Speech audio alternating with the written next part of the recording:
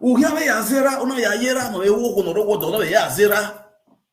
Ude utuwa. Awa we go ne mabule. Ude ganguwa. No ya zera. Ya pe video pa because a lot of our boys, our innocent boys. There's one of our brother, very innocent person. Okay, dame, oh my, or say now we are exposed ajebo. No making maybe we are one of those cultists, but I'm sure got deeper because my guy anyway. We level in again. Yeah, we video. Are you making on your young? You can me one. You me one nigga ye gbe tai ndaga la mo pioto la pata ma ya gbe won ni ijo baba with this man e saga na saga o e ma tan ro ta e saga won pa o la pata ma yi when you say na pe voice e bo na ma tun ni gbegun ya won wa pe voice record of it no make now understand. See Frank, why ati egun your matter don reach man. Frank, your matter don't reach man. You know what I tell you? When I go tell Frank, say, the matter don't reach man. O amamu worry, mamu we. Ajebo we lele yawe saga. Frank, o amamu worry, mamu we. Ajebo we lele yawe saga. Your matter don't reach man, Frank. Tonight, I dey come for you. Frank, your matter, Doris Mahans. Atiere. Why atame Frank we no dey gbe for me? We no dey gbe for me tia. Why move Frank? Oguna me agbu e Ariana Frank. We don't get agbu e, don't get biju e, don't gbera. E don't get this go agbu agbe we. He said, where ti wa lati han? Ajebo no sabo blessing e no ebe.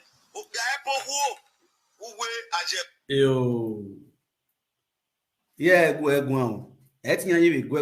But yeah, correct. You understand? He's a very nice guy. You understand? Very cute and handsome guy.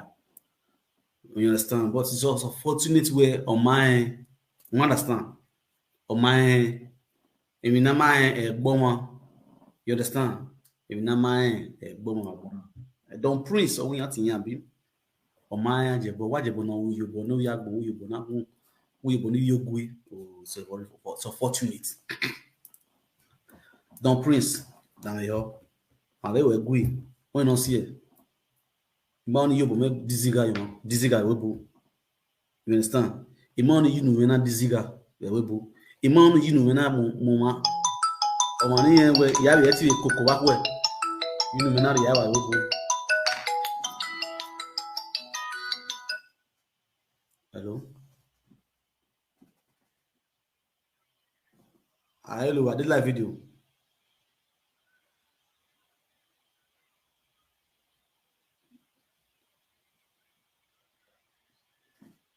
Don't. But young boy already France, the priest young man don't priest.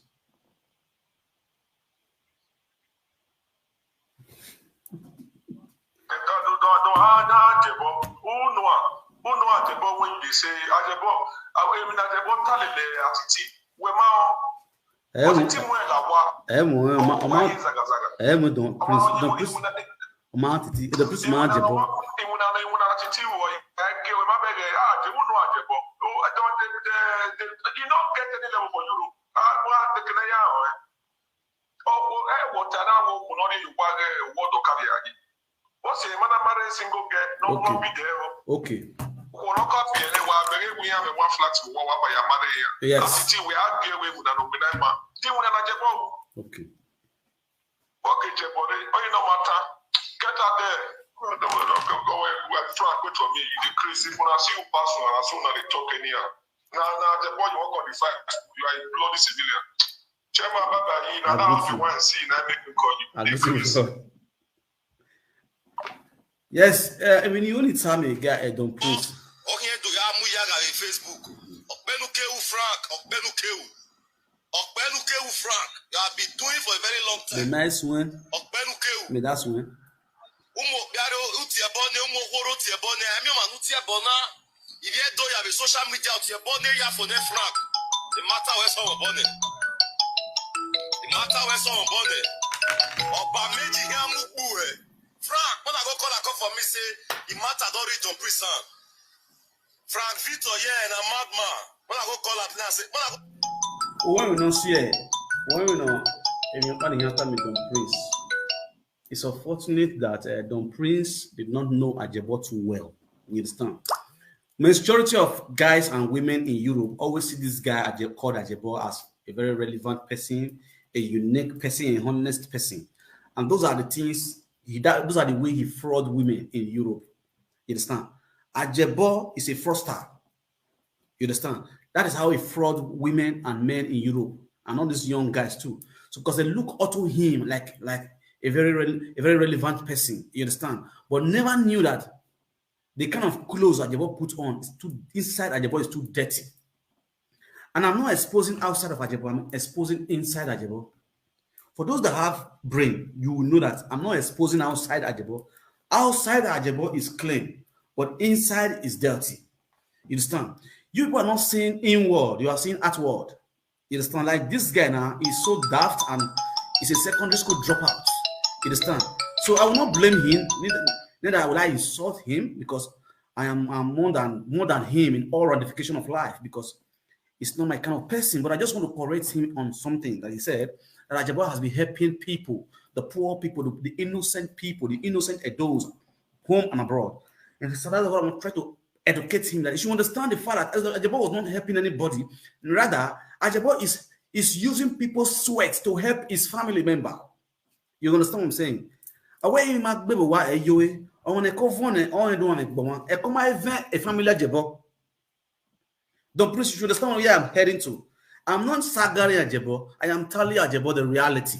You understand? When we don't preach, if you talk of a saga, who will learn, you understand? One channel give me, one channel, half channel give me, or who are on the boy water. Me, very, see, return away, back here, Facebook, a dumb baby, no car video, face do address. We don't do that shit. You understand what I'm saying? Yeah, you might not understand because you are too local. You understand? So let me come to your level. Let me come to your locality level. You understand? As a guy, man. So, so what I'm trying to say here, my brother, Don Prince, is that I see you to be a very, young guy who's trying to make up in life, who's trying to build a page, who's trying to come up in life. You understand? In every nonsense, there's a sense. You make a point there in what you're saying. You understand? Frank Ajebo here, it's true. Franco, when I'm to work, it's true to talk. You get sense for that. You really make sense. But the truth is that yes, so if you don't see another woman at work, but I have to talk about it. You understand? That's why I'm talking to Ajebo. Don't please listen. There's something you don't understand here. When I am on school, you understand? I am on school, the court is the cool like Webo. Understand? So you try to get a life before the Umenmwan. You understand? You know? You try to know I'm make up in, you try to know a package. You understand? Man, we live video do ari huladian. Do ari huladian. Mga yeke. Na de me do ari huladian. Do live video na go zo. Me we born. I don't do that. You understand? So if you want to learn how to do saga, you have to call Baba with his mind. Call me on my private phone. Talk to me. Then I'll tell you what to do. And you start saga. You know how to do it. You understand? So that I'll do okay. The kind of video come on. I want to make a life. There are some sort of people you talk to. There are some sort of people you don't even know if saga the night tomorrow. They don't make money. Even Zebuyan be. You understand? Those kind of people you don't even go there. You understand what I'm saying? So Ajebo will get Ajebo you want don't praise Adam yo. Eman Ajebo you bona. If you Noziba, late Noziba of Uwelu, the former chairman of Uwelu community. You understand? Late Noziba, the former chairman of Uwelu community. You understand? Noziba, former chairman of Uwelu. Then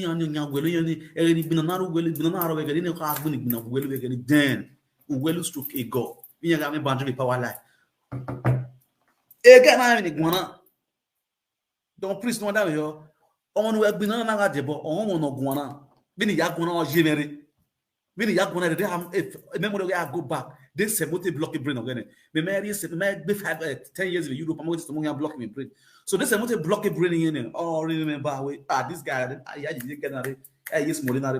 This guy. They are this money on Nika. You feel me? Oh, I where I mean now I FYO. You understand? So don't prince who that yori. Yes, sir. When that yori na who kaya baudi no aderisi. Kidu Umenmwan. You feel me? Kaya baudi. Uwe spiritual person, spiritual be a girl ya biti on ya muna biko be. Muniko ni borufi for one Italy left wa ya who we na left na the difference. Me go we break away that kind of local lifestyle. You understand? I mean my brother. Uke gume so agbada. No understand we are sagbada ya ukaya sagbada. Esele we bu we are sagbada in Nigeria why sagbada in Nigeria de agbada no me so agwa I say no de yo when you post egwe. Tendo total. Those are one of the things no can use one hand last saga squad association of Umenmwan. Oh be understand me. So ajebo is a man that majority of our women in Europe respect because of the way he talks to our women, the way he worships our women, he praises our women, and also at the same time, he's also using that praises to defraud them of their money, of their income, to help his family member back home, who you all know as Ajebo Orphanage Home. Ajebo Orphanage Home. If he let Nusiba, those are the children he kept there, and the son cop secretary no there is a lady that owns the house that he is using now recently na Ajebo wabedo am I with a parapet Ajebo bet me your house I go see one your building where you dey build now when my Ajebo was a feeling level we had water we have office we have parapet you don't bath Ajebo you fond of wow to no how I was to say although ye may be whether what total what do you derive in lying to people they talk about even when I might do to my boa or my boa or to by any or TB foundation or a plaster they don't hear talking about do if you're the kind of person that bring your life your secret life on social media so let it be honest, let it be in honest way, don't deceive people, don't lie. If I have, I will let you know that I have. If I don't have it, I will tell you I don't have. You're not going to kill me. Or where am I? It's just the way it is. So why are you deceiving people? Or because you want people to favor you. Like you are too good, you are too honest. You think that's the way women will love you? After all the atrocity you have done in Benin for all those years, you think I don't know you? Ajebo go cook beans so me I not talk finish here. When you reserve so based on any man activity, e mood nti ala nyawe na ye be ava. Ojebe we over. Not be joke. E mood ni ala nyawe na ye be anya na. Ami go tiara kalori yakwa. Was Nigeria I go like more. But nevertheless, I just say one word just now. When Ajebo verbo do we ma de bare abe assassin. No de agbiye, not agbiye, a woman no work on your way, not work on your way. Ajebo come may you come swear put that year for Testament Road. Ajebo, you want me I talk to the water yourself. You don't enter us.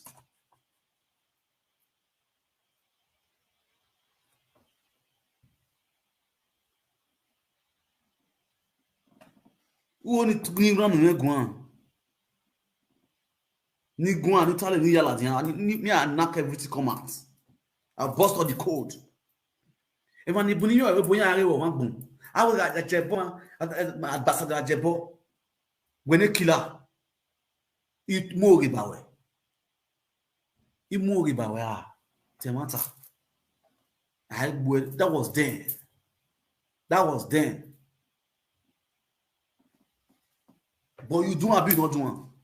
You see life. Oh, okay, the same person wanna run that shit with that time, and that's a person in daughter house. Now you can go poor orphanage so. Now in daughter house, now you call the poor orphanage. Now in daughter can feed you now. Now in daughter, now you forgot the chop. Now in second, that the same in daughter village. Now you forgot get land where you want to build that school now. The same person when I go beat him more than that year. You see they come for video call.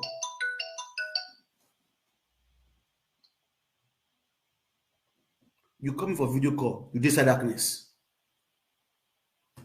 I'm bad with this man, they pick anything pickable.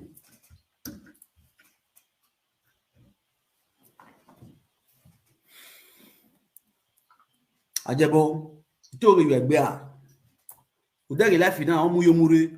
Omon we ate ya gwo here again, we ya gbe wana gbo wana zemia ya gbe. Today now, that same woman, obi inyanze we danyanze we.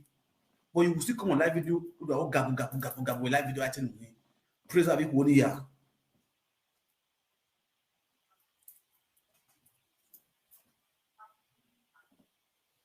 Come be this.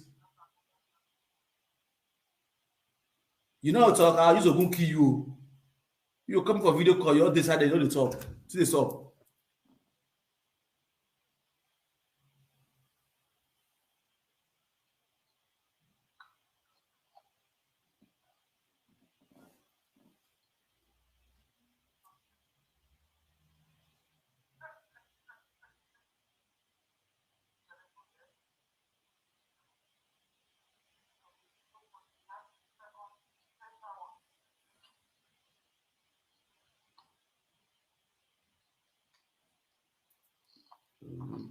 Maybe the person don't know.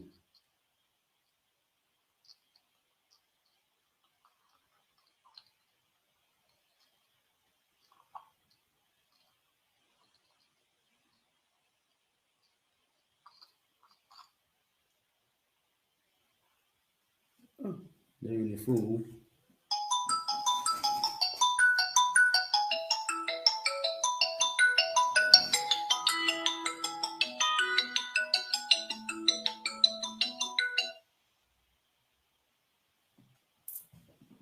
Hello?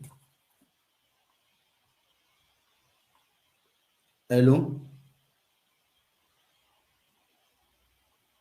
Tell me why Oguna will kill you now. Tell me one reason. Tell me one reason why you not go use your hand dig your grave today. I'll carry your number come out. Dublin, Ireland, I'll carry your number come out.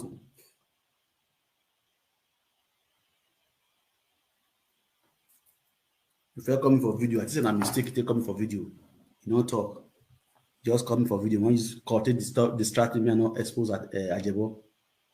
Now say it matter Dorish man, Frank Victor. This night, Oba Meji now one carry face Oba Meji. Frank, Oba Meji amudawe. Because we to swear, Umenmwan. Hey, my brother, he was Zua. Oba Meji, now close for work first. He may was Zua, my brother. Oba Meji kere gbe wa mo jita bai. Yo, we are kan. We are table na ajebo. Ajebo what ajebo don't do for life. You don't do, huh? Frank. You know what ajebo don't do? Ajebo we don't build a foundation for Nigeria. Oh God. Oh, this boy, the boy na magele ajebo. Oh. You see life because you don't know. You see what he talk now? You say waiting Ajebo don't do, me don't do. Ajebo we don't build orphanage home for Nigeria. You see life because you don't know Ajebo orphanage home where Ajebo be for Nigeria. They can give una. Oh God! Una no see about what this my video to this sweet oh. Oh, this my video. They go with evidence. Oh yeah, no. Oh yeah, they got the laba. I'm gonna check the orphanage home where Ajebo build. My brother, we are watching. You get house. The mother.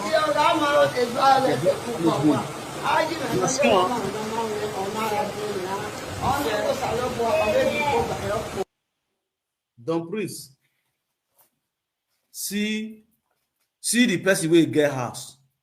where ajebo put orphanage home. Now in picture with this one. No be who they do better, then they hang for this side. So this woman now you get this house. This woman, so now Dion will daughter be this one. We all Dion will know who. Or Dion will open community. Now daughter be this one. And this woman I get this house. Where this orphanage home day. Now this woman be ijo wa orphanage home na. Yonya wana. Yon mo ajebo na gina movie. Where ajebo the price with the shoulder. Ije me nogi, ije me nimusi, ije no enegbi, ije me no yeme, ije me ni yeme. The day where the woman no go give her money, na problem. Alu ebo no wona, ebo oya mo wona. Omo no hu ebo ni ona ga izogbe gbada. Ogona ga se na jebo, o ga se na jebo, o ga se na jebo, o ga se na jebo. O te ku ogona ye wodore. Ajebo te ogona ye wodore. Ajebo is about where? To the extent, eti ogona se fi yan ikwe, eti ogona hita ajebo se yowi. We are wa ogino wa yoma wa kimari kun. Okun community no moka form. Ware luku community no moka form ni. Wa say community ni who go what deal with, and this has to be good direct. Just ask of him brothers. Ask of the people. Ask about ajebo. No, I don't know. Tell ajebo no my community. This woman influence now ajebo to that community. No, do I zoo or live video? Do I be a time? On no you go do top of wa. On no you go movie in Nigeria deal. We had why you go tie oduga ekmeno gbisoy okbi anu enegbi ikbi anu re gbanu okbi anu ego bobo okeri bae ajebo. Do you have a wife? When no for good 1 year you don't change your room. I renovate wowa, I paint wowa, I change agab wowa. We had do not how we are now. You can buy things and put in the house. Because that house doesn't belong to you. You cannot do any shit in that house. We had why be at titi no ga. Titi no ga, titi no bewe for. Titi ni yagui. Okbe uke nego ega o ye koke janu. E we had be ata. Iba bo mu a o mu vivian o.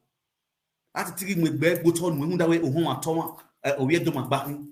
You think you have you don't reach atiti half a back atiti. We say half.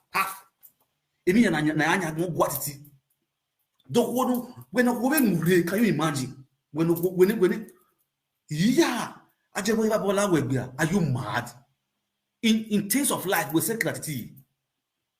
When I look when DH when it tout we do.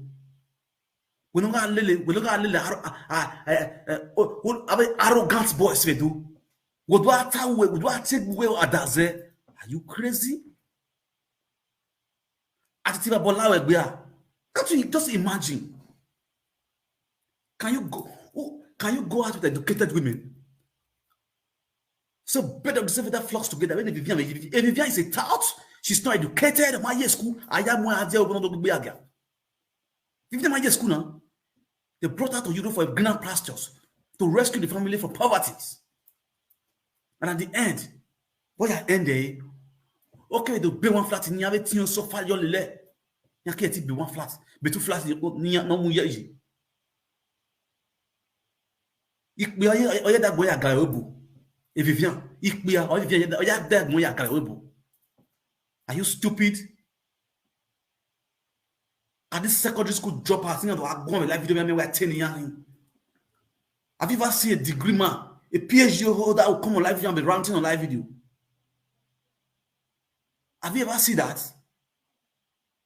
The people that are really at that, they don't come out and say, talk. Talk like us, although I'm going live video. The really educated people who are well recognized, who are really moving the community, they don't make noise. Arrogant people in Mamuwaji all make noise on social media because people are full of yourself. How I tell you, because you see those people giving you peanuts. The attitude people have back home, you brought it to a civilized country. Add a little knowledge to it and be frauding people, frauding women, all these low-class women. Can you date women like all these kind of women? Can you go out with women of dignity? Women that have good reputation? Can't you see your wife? She have no good background.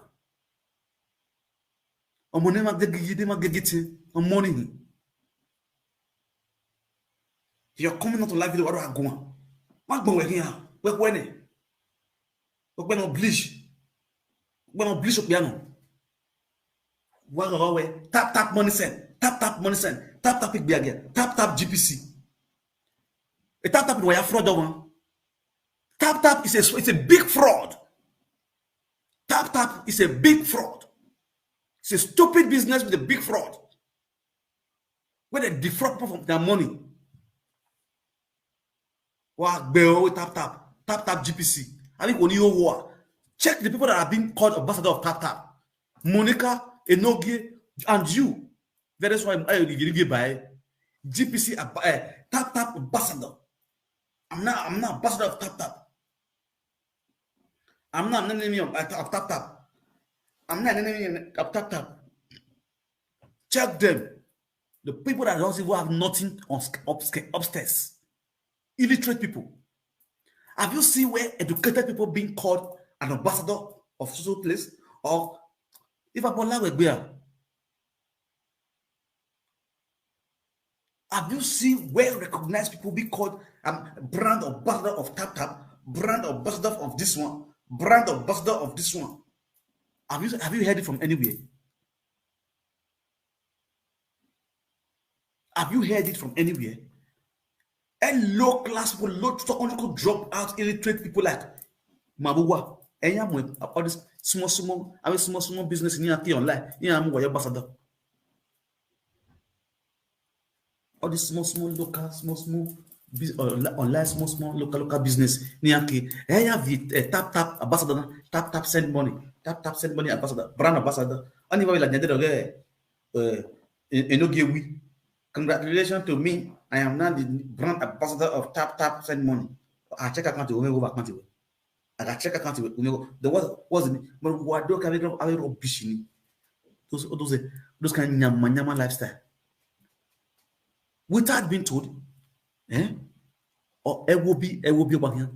If you just look at that tap now, you know that it's from GPC or GPC or Nya. So you want to use that one to patronize people who have been on the GPC who are here.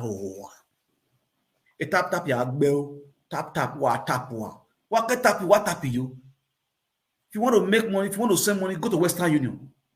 That is the only Western Union money ground, real. Can I anything? Nigo where na migo in peace. Tap what tap what was waba. Abomu wow. If you make a send you good, you want to come out to do about for that kind of thing. You don't know how it works. You can't even press your phone and do it online. Deceiving people here and there. Those secondary school dropouts.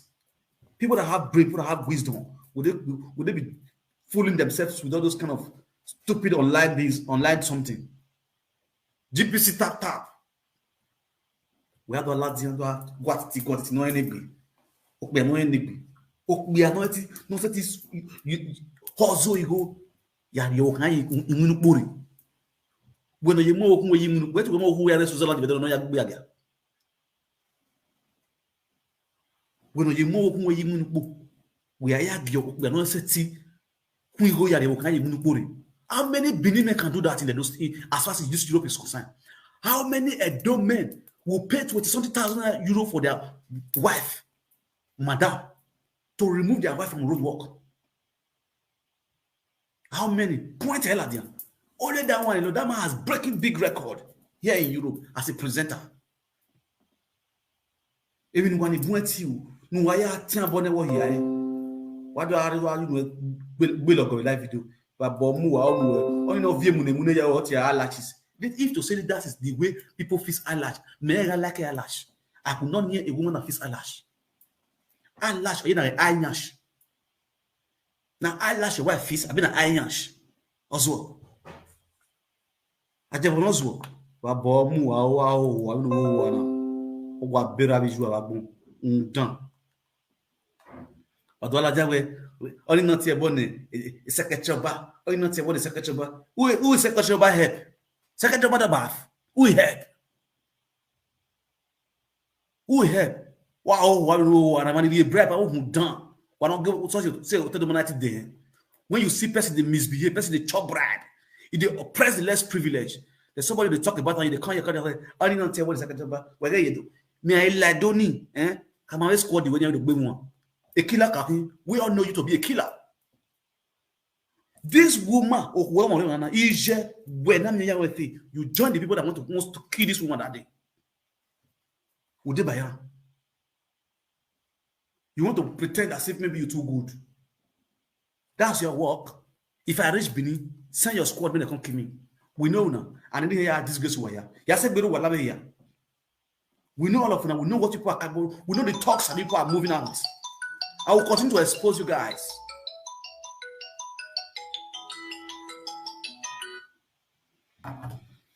I will continue to expose you guys because why am I? Masses, they help everybody. Go now, love here.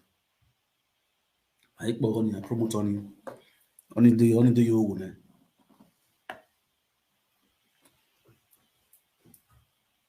You understand? Where will you go now? 30,000 euro. When are you better? Titi contributed. Titi or contribute immediately. Okay, let me start picking calls now. Hello, we're hearing you loud and clear. If what's well low, my name with her. Oh, I say, bro, so we have a balance. Oh, I don't speak live. This is the time. What you said, no, we are Ajepako. Okay. Exactly.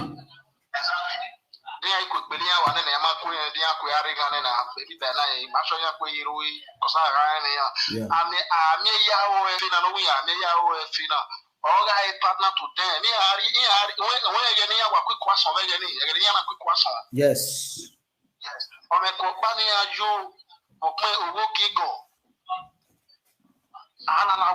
It was a very big dance then. It was of which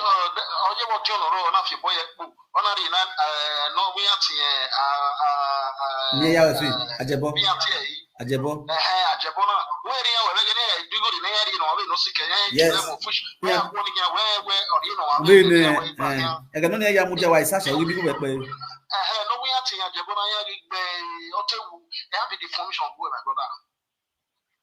You have the information going. You have a conference you call it to tie in your son. You have a man now. You wait up to well, so where I am going to go woman. Kimaki Agore, a real tassel, Kimaki Agore, or I got information on the day. You have information on the because she, we are moving.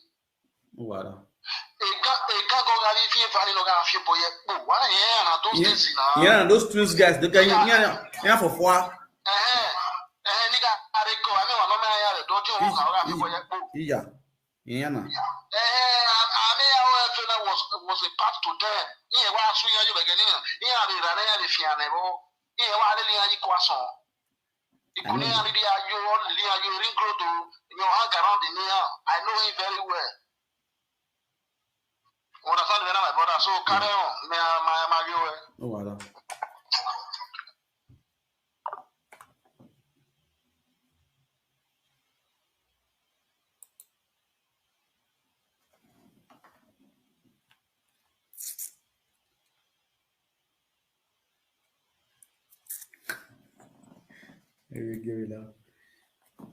Yes. Ajebo has been demoted. Ajebo go shock me today. He go shock you today. Say Usman Deli Yekine. Usman Deli. Upon we break and front. Upon we Usman Deli Yekine. Hello. Hello.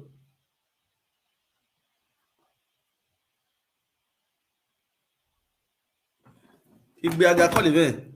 Igbe aga mo speaker. Igbe aga mo speaker. Who go no gba me ya we feru ya ti gbe ya igbo e ani ari we ta lo kiyan.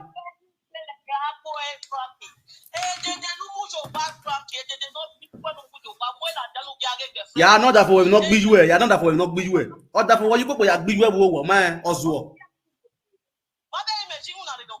Ya not that for we not gbiju e. Ya not that for we not gbiju e. De ko ya de be na me ya we fe, de be nenu o wa, de be na me ya we fe. De be na me ya we fe.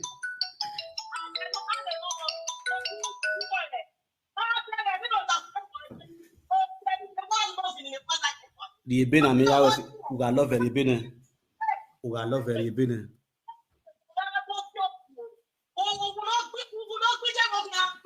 The Ebena me ya we fe. The Ebena me ya we fe.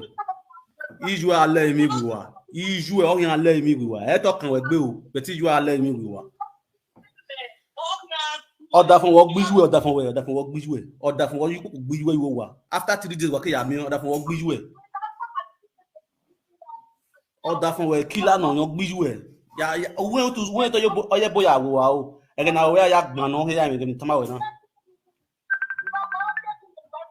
Oda fun wo gbiju e, oda fun we o gbiju e. Otin awe agbon no ne o yan na ge ma tama we oda fun wo gbiju e. We ni ha. We ge ebo enwi na we awe ga clean ne. Wa yan oda fun wo gbiju e.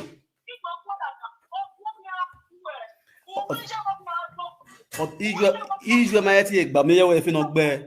Iju ma ti egba me ya we fi no gi won ya gbiju e.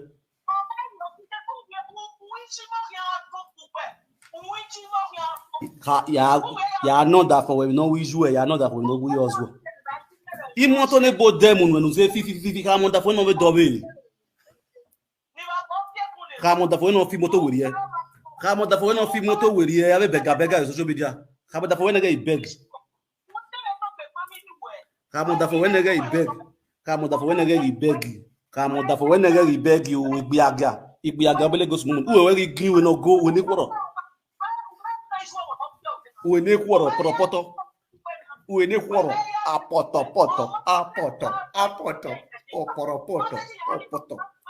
O poto. We got to go give you. If you could do work, we got to go get. We got to go give you. You could do work. Be a guy. Equoro, uenogi, a click on a barrier here. A click on a barrier here. A click on a barrier here. A click on a barrier. When what? On our dread, may we will go. We will go.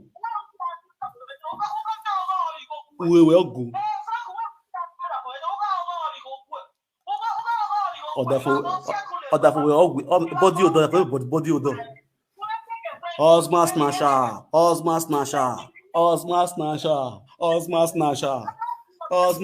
Ni we mu. Uhe no gbodo. Uhe no gbodo. Udege even zua iju ewu o no gbiju na riwe on me o no gbiju na riwe on me we mu e o no gbiju na riwe on me o no gbiju we na riwe on na o be ho we bai o be digo we bai o be fi moto we bai o zu o no be yin na ikin o no gbiju e o rigo e mu mo jesuku o no gbiju e o rigo e mu mo jesuku I'm not be you again when you school. I'm not be you again when you school. I'm not be you where I go when you school. Oh, I worry for saying what you can buy. Any way I can buy. you were boy for say. Eri Vienna.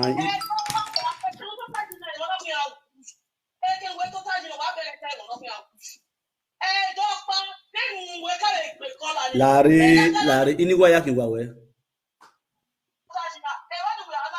Inigo yaki wawe. Inigo yaki wawe. Ne kwena mwe umada moto ni mefi. Brand new car fi. Imoto no da ono wune fi oda for we fi. Odono gbo ruan, oda for we gbe iju e, oda for we gbe iju ye ona ozuo. Omo no ma na ya ge, omo no ho a. Oda for we gbe iju ye tu na gbe kola here you wa de ko mu. Give no more barrier here. Iwo ya fi say eyelash, ya fi say I wish. Uzuwa gogoyo. Ajebo gbiju e, geku ya mu e itaye we ona ajebo ogbiju e.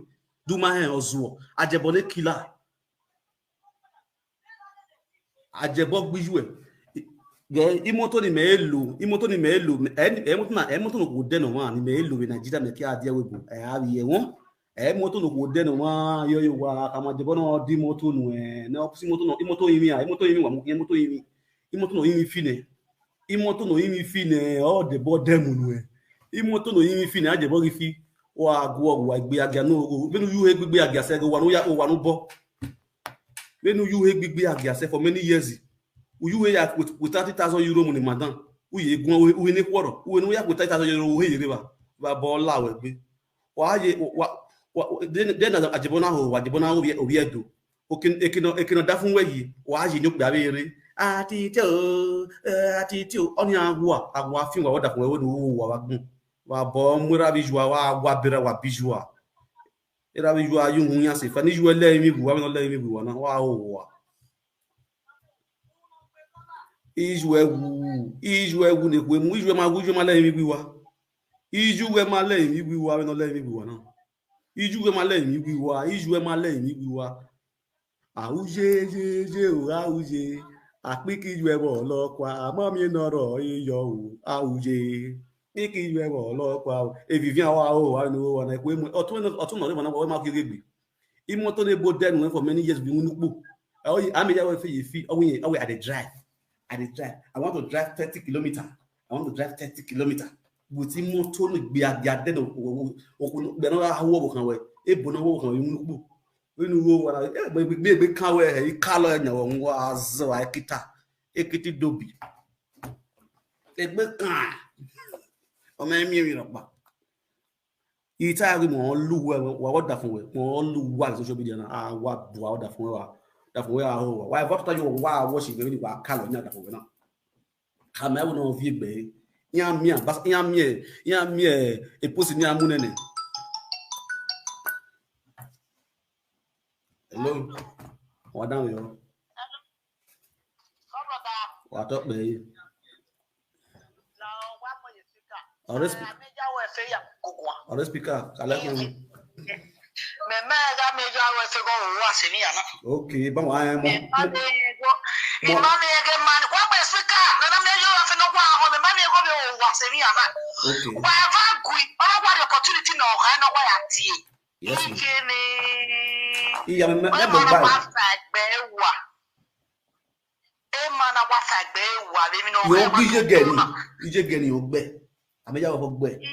Because you get a Christian, a pastor, you getting guys a prayer. I'm a fee. I'm a give money assassinate you getting.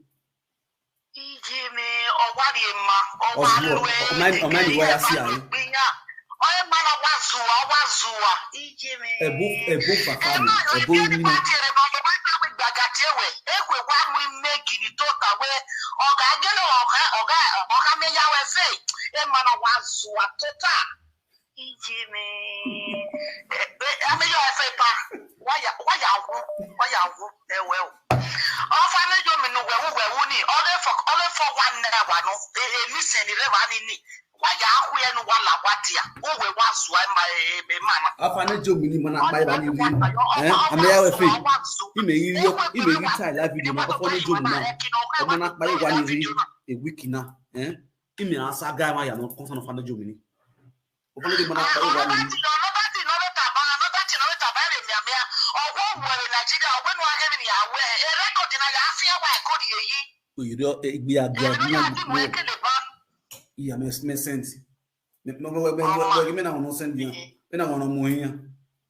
They cannot stop me. They cannot stop me on this mission.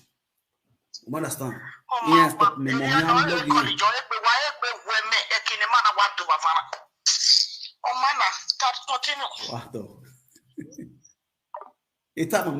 never see anything. This is an ajebo that you talk to. An ajebo. This is Umenmwan. Papa with a smile. Yeah, leak a secret where you I leak all your secrets. All your secrets. Yeah, kia. Wa wo no ya mo boy bokave. Ya vembo. Usme bon we vem of the log winning. You understand? E bon we mu be monica or log winner.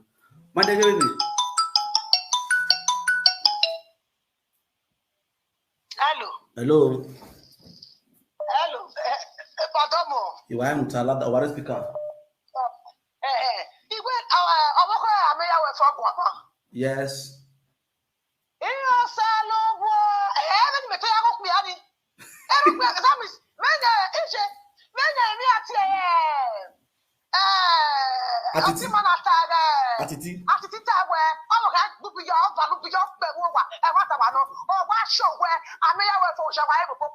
Ameya we fe o kan gi gbona kan akon ona kan meya we fe kun ana ti ablas na meya we fe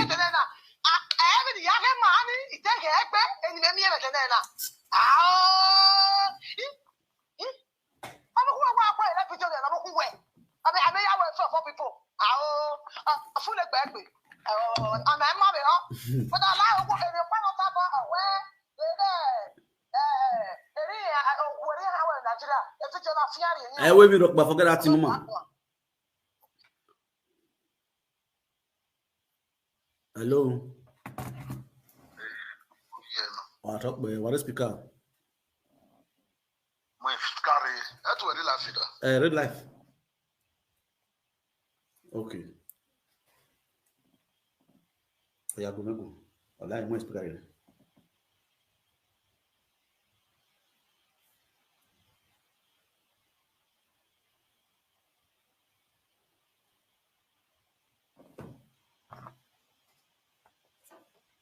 Mewa na. Me go na zuba ya na.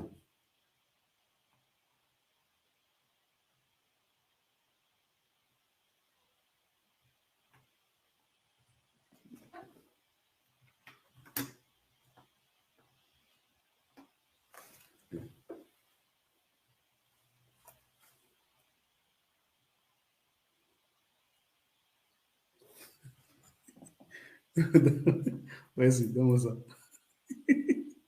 I good to you, bro. Oh, okay. Mama. Lewa. Mekbo. Really. Madai nga no ba. Alright. I be again be call. I be again yeti. Again I want to toast you. Imu yazu ogodo ni gbe again no ogu. Azu okwe ka be ya we fi. Our live presenter, our live video presenter. Gada we enu ata bo abeti said o ti ebo. Tinu ma ka ti. We fun owo mozo. Imune go yan. O fe no ga total no wo esoto. Mo we. Why speaker? Ore speaker. Ore speaker. Why is that? Come on me.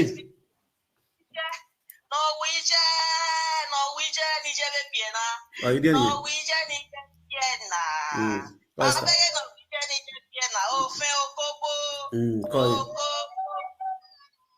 Costa. Toi? Ouais, il est bouffien.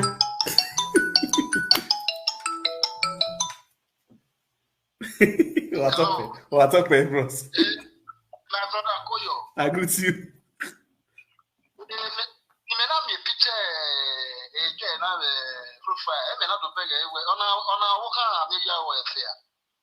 No, any muy la de now. I don't know anymore. Me on a black complete and any or so. Only I will she my wow, that year.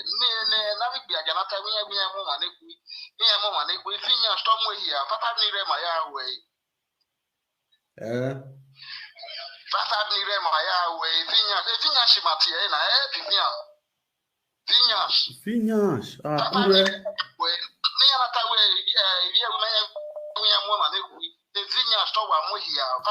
Yeah, the vinhas. Which are good, yeah. The vinhas. Yeah, it went two. I went two. It went like I will go double. Go to the double.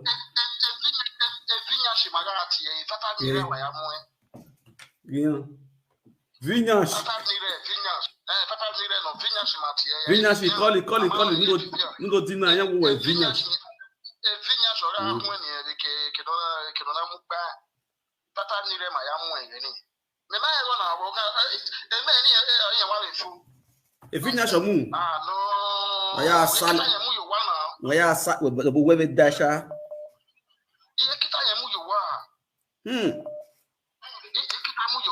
She walk a cabon.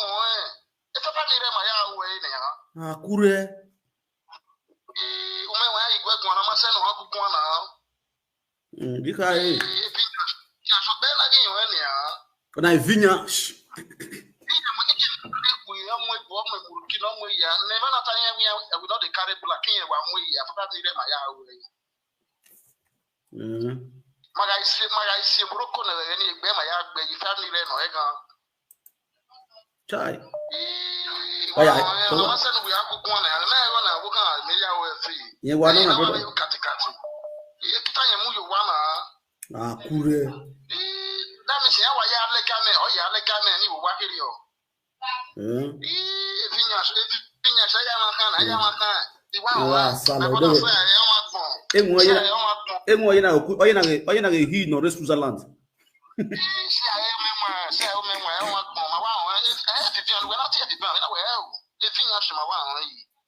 Vinhas.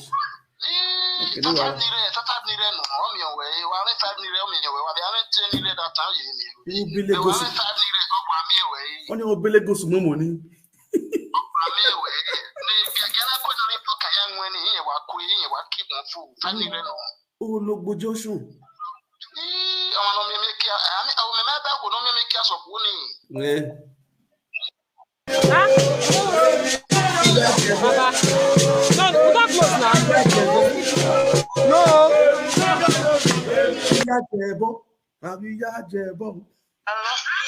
Hello. What up, bro? I'll speak out. We are fired down. No salwa okma ele no wawe da fone do bobo amejeje no wana gie atitiri no de gbe na amu ari to we na huari unu fikobo no salwa ipaba oh ye wa they were calling them we call it no salwa ne kwemu uye kwemu ikuo vinhas we vinhas o ma tene kwema we no ya total nu uje latia wọ́n pàgbé ní gbìyàgàrẹ̀ wépo ló ń sálọ àìpàbà láwálùgẹ́kùẹ́ àmú ẹ̀ oge atitire n'ode akọwe na anyị sọ narị o nwere gị ọma nwoke we nwe tụọ we narị enwe gwa ụsa ekwe gị ekwe amụnwe wasalụa lagwanụ gị ekwe amụnwe rikwo lee waju nwe gbaba nere ekwe amụnwe ọma temata ma oye la jen public wa ye bezuo mana uye we mwiko when I thumbs up this video, when I YouTube, what thumbs up the video, my video na nyom bebe na. Wa usa no. Pato. Oya na. Oya madam fire down. Hello. What up, boy? Oya fire down with you. Abota. I don't speak out. Yeah. And I baba with the smart. Oh, for me, I don't know.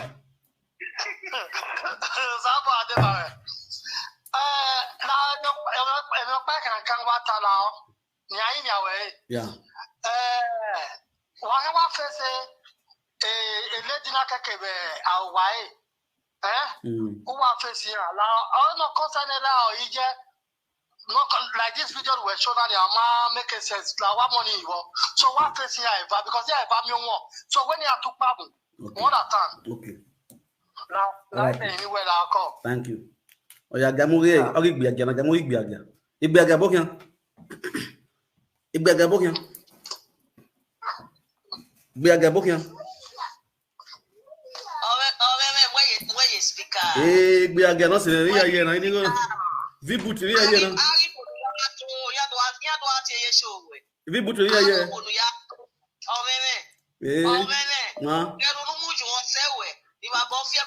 Ana why fall in love with now? Why we do work here? Why we do work here? I cover my prick with the blood of Jesus. I cover my prick with the blood of Jesus. You cover Ekele with the blood of Jesus. You cover Ekele with the blood of Jesus. The over we go ya salo we. Yali yeke we like but me so ku we. Vinyansh so ku we. Vinyansh iso igwa so ku we o, igwa so ku we. Vinyansh we gba me yan we gba me. Vinyansh yan we Vinyansh mudiana yan we gba me.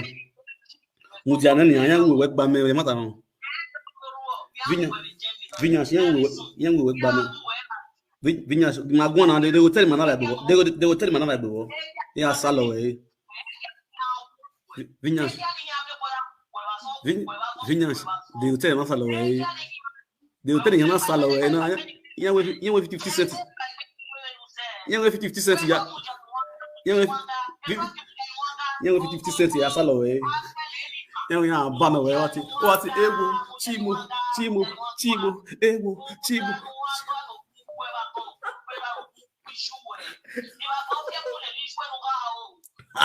Yeah, we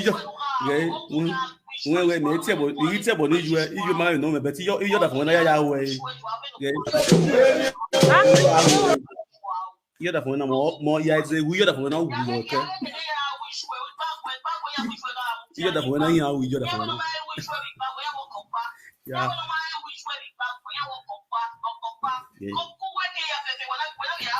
Yes now. What's in now way? Who had in ya way? Yes, now ya way now. Am I now when it quarter? Am I now? I'll give you, but am I now when it quarter? You're the one I have now. Yeah, you're the one. Yeah,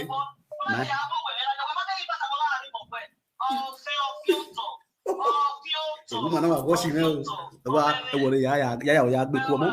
Ya big woman. I will call you. No, you know about it. I call you a good ya big woman. No, I worry. Ya big woman. As I swear, worry. I will fall in love. Ya big one. This is I mean, if you carry a bunny, ya big woman. But you knew. Where Fiona? I'm back one. Very good, yeah. Hello. I greet you. Come on, you come on. Guys, watch it drama when I'm going. My continue. Let's speak up.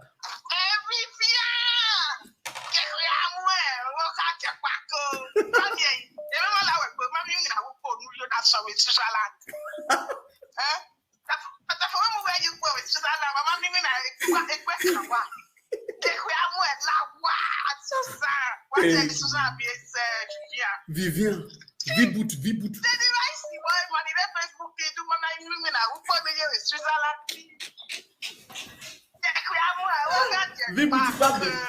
Viboot getting a yard away.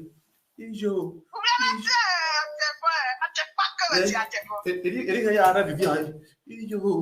Vivi.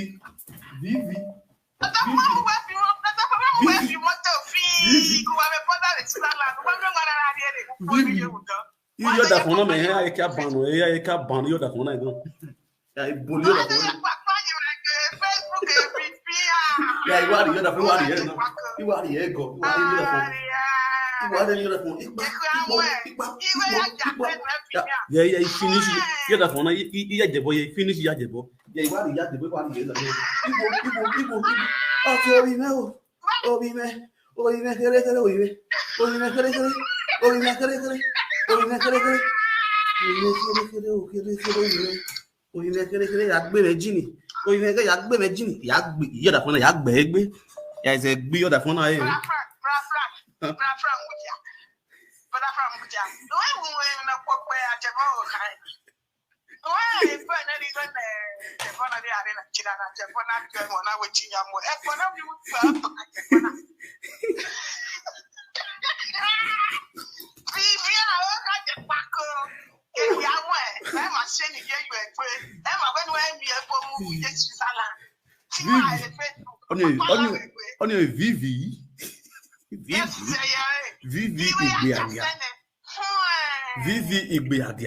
Vivi obele go so money. Brother Frank, yes.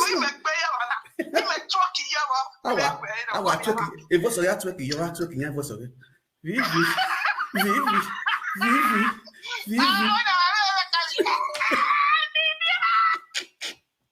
Hello. What's up?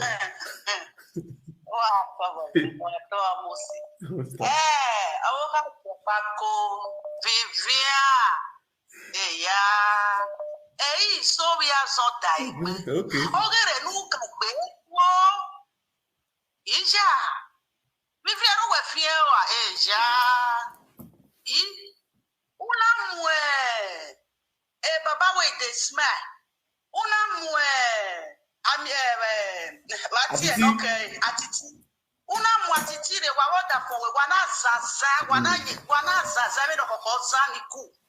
Amara suwe kuwe ada esuwe ada yifie mugboy. Afifia ada esuwe. You waso wa iyeri wana gboshia. Iye so bi aso da egbo ma jogere no kagbe Vivian we asungu. Vivian asungu. Vivian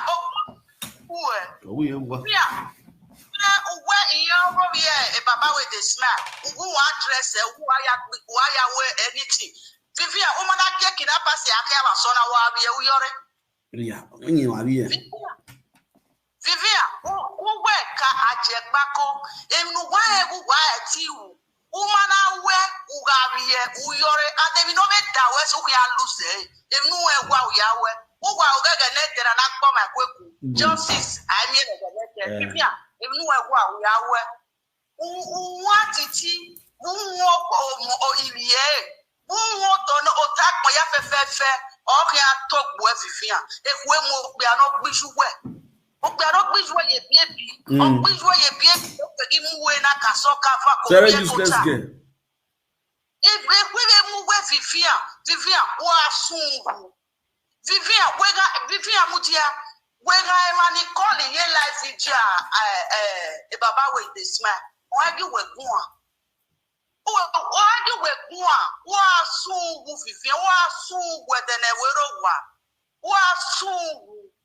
We dear to our belly be a gear. And when we get the web also. Where shall go? Oh, nobody with dear boy. Where? Ajebako ke agboa. Ya woni o pada ajebako da gbijo ye baby no. O mari moyo ekun ti mo we me no sunu na na me ne ya to fele kwa 5 months ago ayaye police mu ere Vivian in Nigeria. O yaye police mu ere Vivian in Nigeria 5 months ago. 5 months ago ayo ko yaye police mu ere Vivian in Nigeria. Dans zo live video na do azu wala. Vivian, Ogu Vivian, who are so weather, what it is your talk. What it is at the team of what fine at the Tiaga. At the Obiat, not your two way. At the Tiaga, at the team or more. A cat team we now. Vivian. V-boot. Vivian, we are the to since vous êtes never Vivian, without the battle for where I make my titi.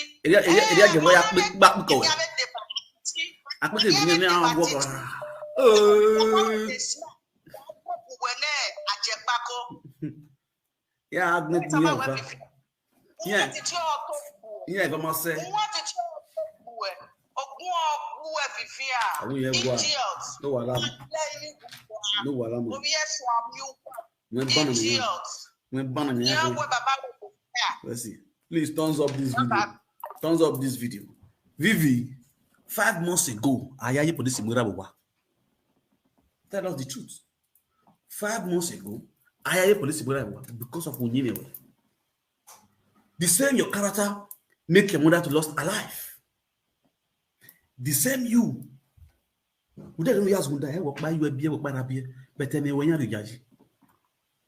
Because of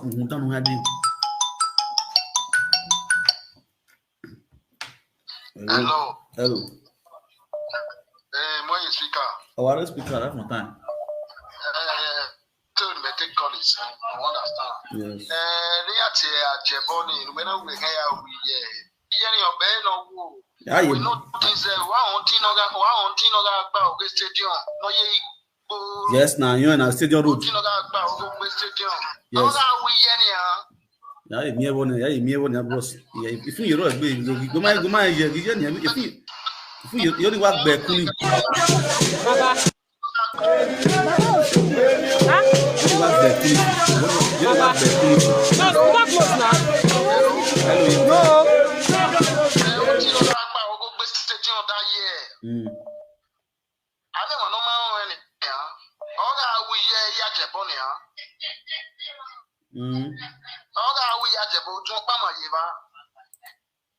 So only you know my brother okay, no.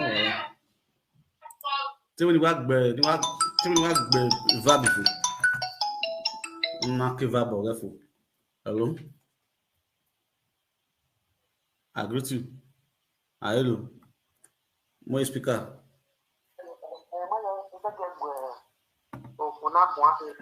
Oh, yeah, fire down.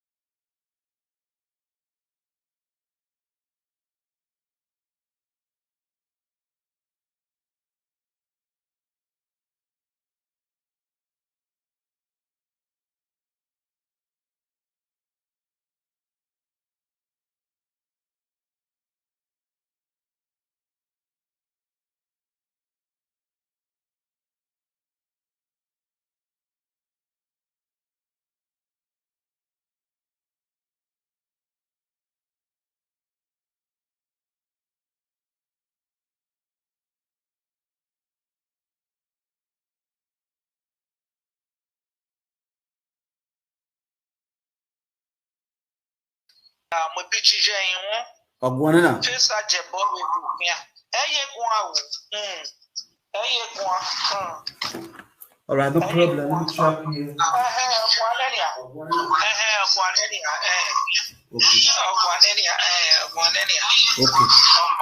Okay. Yes. Good. Beautiful. Don't show. Iya do wa to wa pe wa nya kere wa nya wo. If you do we puni moy, understand? On puni moy baba with this man. Now let's go there. Ika ka bokun wa ya fe ni mi agba de ma de na. Emi no so na de mi no ha mu wa the lesson wa le ni wo we e Vivian ona ga kitana ekiti dobi kitana fian. Neri yo no do no ye yo wa.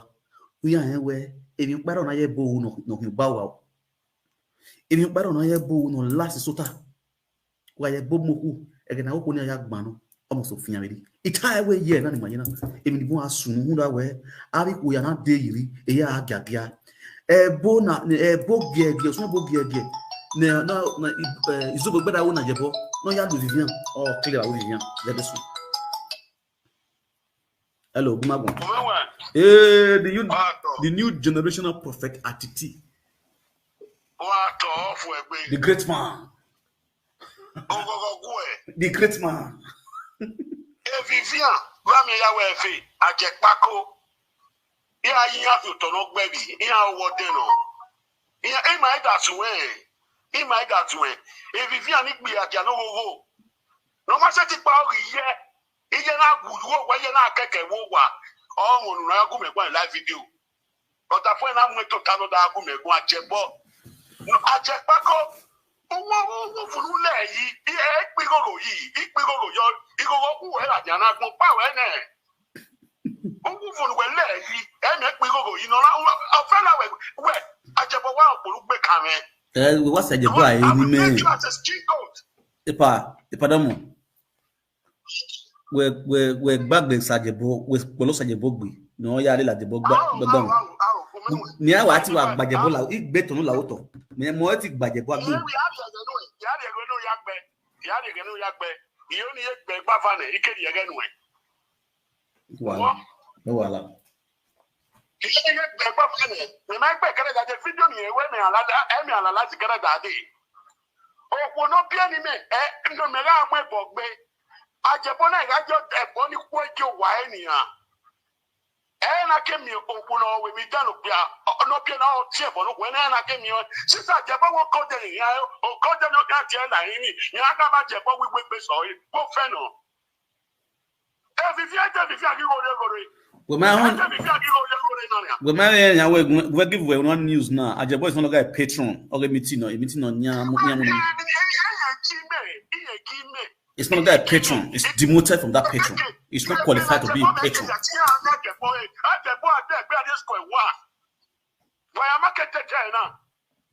Ajebo, go and look for an apartment for that your children. If you Noziba, no, you have your orphanage to me. You have your right now and right away. But I will give without order. Go and pack those children before they will throw them outside. Because I'm going to tell Okun community youth, they are going to throw those children and issue even they are laughing you for. Why here? Why? A youth Okun, he are fee you do for. Okay. When you are popo yo, I think we are galo.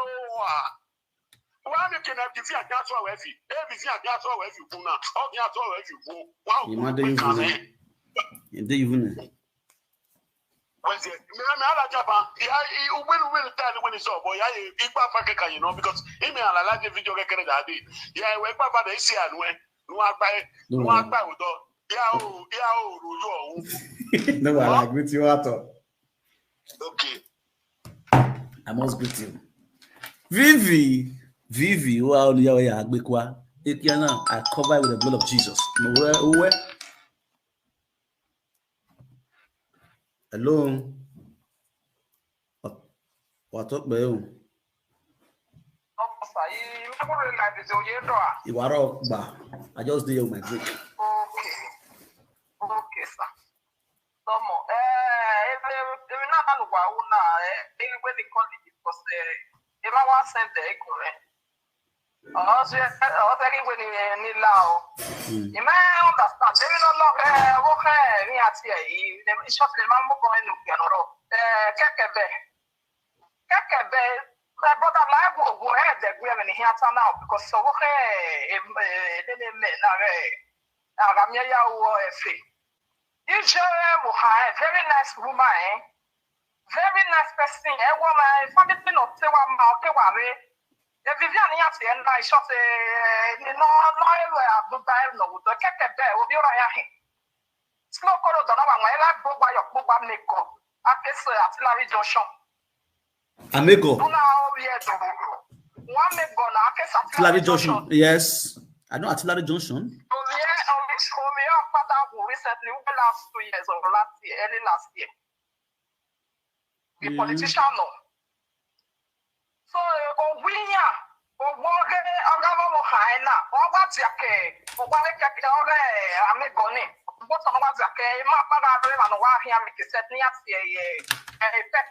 Chief Amigo. Chief Amigo, the rest local road before Artillery Junction. When I get local road, the ring road is day. Artillery Junction can say, so 1 make gun, you know, mineral by. Yes. Then when I make up when I say what or no, you one in who, a very nice person, the family of he comes from a very good background. If I was surprised, you were that's why you're not kissing the Facebook. You want to see an enemy. Enemy can buy a bear. A bear game will work why.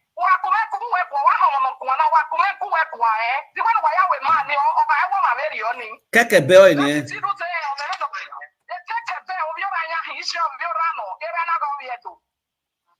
should take time.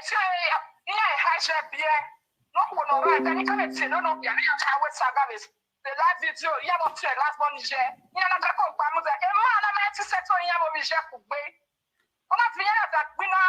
You know, you want to near to me as a bright of the other. Only the we play with body with other girls. So, man, we go to the same school together. You know, one up. If you not take time, take your time, because that man just you get her to see your state there. That's a tip of them, you know, maybe the young patient girl. I had for one more bubble. Once it better not tell her, can it better only her where one have to wake them up, but they better what whatever more at home, why I'm coming here. What's that? Where I will go give her. No, not to see why I knew not your boy electric, no, I went there. That's my new bomb was there. People they were no you. People they were no you know the talk, eh? The man need gear, I want to gear for one. Go ask for all your community, eh? You know the talk. Now, most you go, take your time, eh? Make your back away. When I do that my yesterday, day before yesterday, I might get by here and Facebook. You know how my work out, but I was again, I home to her, and then I can't see the minor when you go well. Somebody is a senior daughter to the mother. It's just very strong. No, I'm not getting the shady at the bright. They take a van and tell a shady or I have the video. I tell shady or you may bow over or tell any via sales and get wrong. Only one of that one tell why I can't see Japan. Last social media president. One they cannot turn up the money and business like that one. They don't play share beyond in them. They're like what's in here. Who let one match is in Israel could pay. The Pisiga what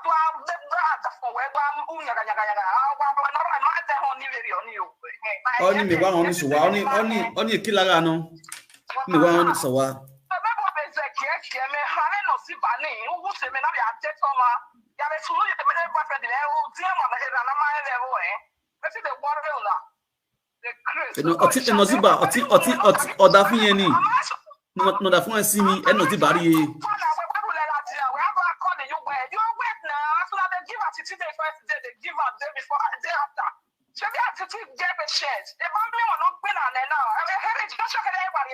you might be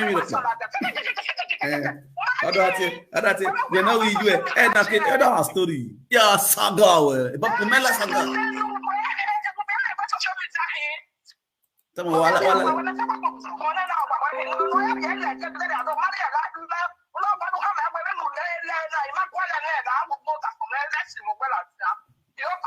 You want to come and do live video?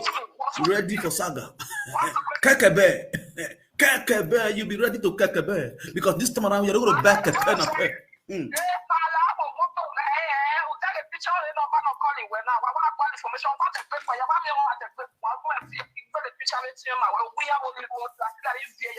Very good. Wow, I greet you. Better person. All you do your head. Kekebe.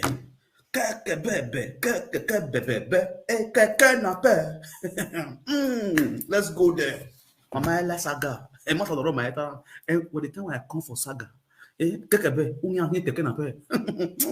Keke na pe do arabanko. Keke na pe ko arabanko. Kekebe arabanko. Kekebe arabanko. Ajebo arabanko. Kekebe arabanko. Ajebo arabanko. Kekebe arabanko. I dey come for you. Kekebe gege. Keme mi rokba. Eri oboyo ofian wopo. Time I tell you, you know, yeah. I want you, you know, yeah. You say you get mad. When the night go reach, you go carry kekebe. Come on, ajebo tell the person, yeah. They not listen. Okay, now let's go there. Hello. Good evening. Good evening, ma'am. I'm on live video. I know I've been asleep. I don't know what it is. What did happen? They make me laugh. I won't die yet. This one you be gossiper. So you just come in. She just come in to ask me what did they happen. I see say they do chair like this. They do chair. I say what did they happen? With they cook rice and beans, you want shop? No. I don't like this like that. So then a saga of any color way. Any color way come with the saga. So okay. So as course we need to saga you. Man, I just got beg you. I don't want saga beg you. So you do face like rainy season. No, I don't want saga beg. Okay, make I read comment. I go from there understand what they happen. Okay, so we have Kekebe in the building. Okay.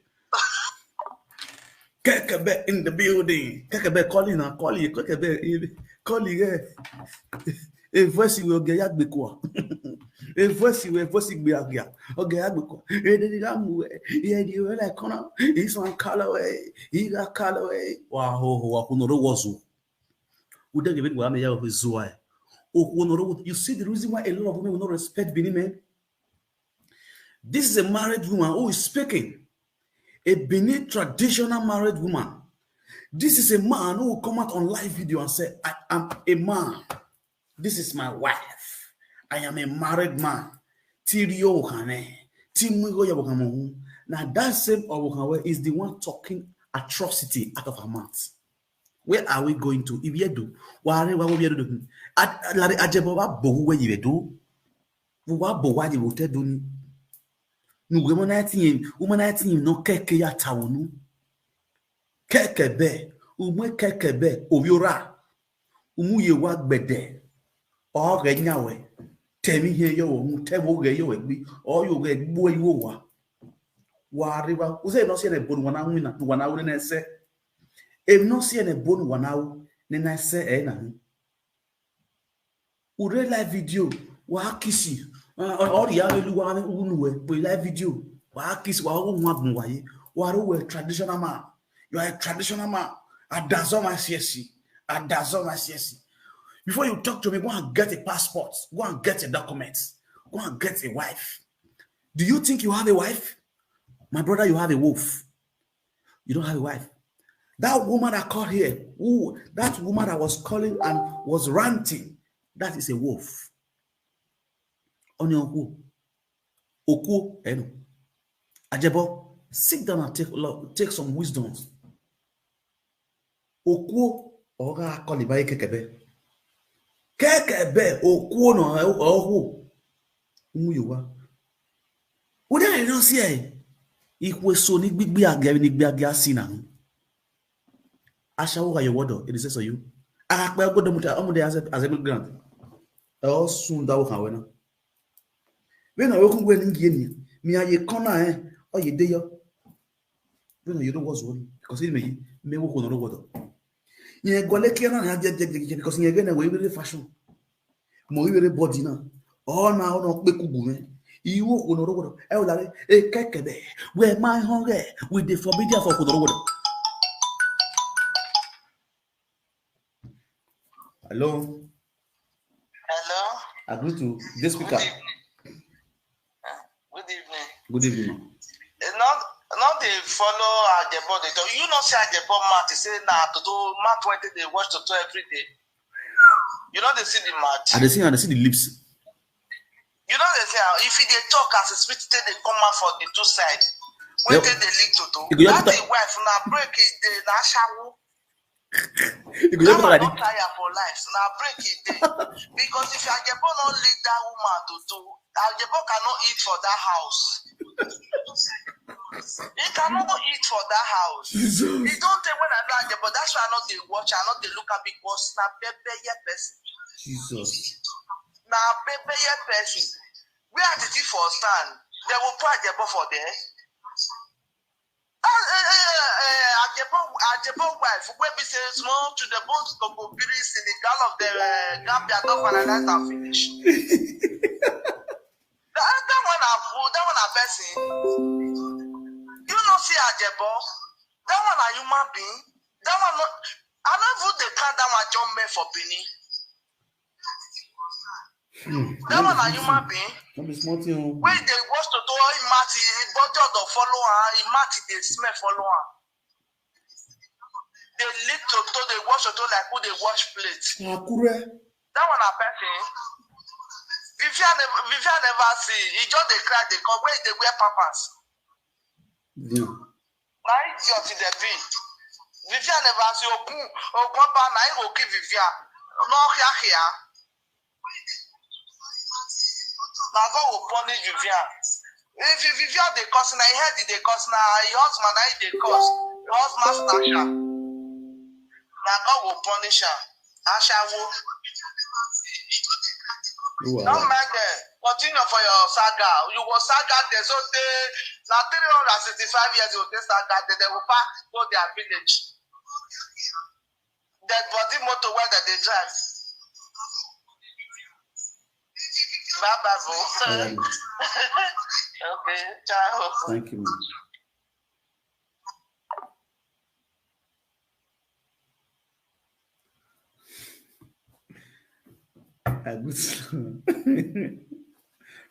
People, oh God. Some people move now to the pity person. When this what's they call ajebo with where they insult me and what's they call it? When I'm not go talk, when I'm go there with the press love alive, they go to insult us, they go many comments say Frank Victor is a stupid person, he's a bad person, that's what many of them say, I miss but I'm person is a person. At this point, for this cabin is not straight. Oh God. And here, you see this straight road too. Keke na pe na here go dey carry you pass. Oh God. I'll put keke na pe for you. Ajebo wife. Ajebo, you don't have wife. You have a wolf. Ajebo, public toilets. Oh man. Agba ya here feel like yo ikpoko. Iya kpoko you wo han we. Ozu no mak my mam wo na wa yeko wa wo bi we dey. Wa ho wa we no wa na wa gbo we. Wa la the live video. We ke gwi me gwi ya dey passport. O document here. Document ogbo. We na document we mu na. We document we na. Me document me mu na. We na me document fi moto. Me na me document no fi moto. Hija ajebo. I don't know why. Okay. Oh, ajebo man ni go egun. Ya give me so my where ajebo make na. Imoto ni me fees brand new. Agbe se lo fi egbe re. Brand new. Mo do o re be ni bo ni friend na. Man na we no kan tabo de me friend ni de me wa salo ni de ni get love. Understand? He love all your go me. Ba me ni buera orta ma. Ma o kan we taloba. Ona ha you na gie. O get here gbin ime display we dey ya sale you e dey ya sale you e bo me na go ya wale go time e gbe funny things me you like Understand? Yeah, what am I all this time here? Living here, all this time you bogba. You more here, you more day. Understand? Imoto bono chaka 15k euro. Data we man son na dey go me we are we be joking ogo we yi. We no we me passport I tell you adazon asesi. Imoto no okuno ga ho okun we bi pupo no dem no okun we all this eto no jane all this fifi ona jango ha. Ewe ye zigada bonya, o ye zigada bonya.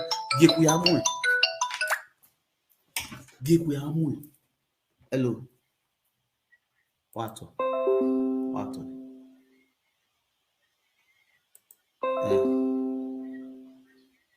Exactly. And they are freshy.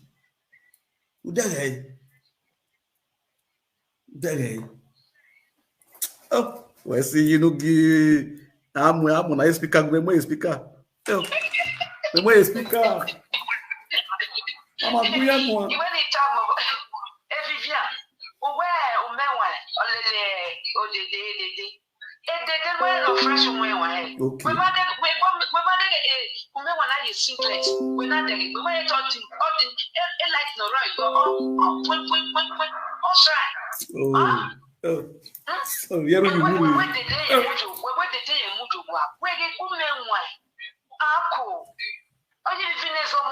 Oh, where's the day? Oh.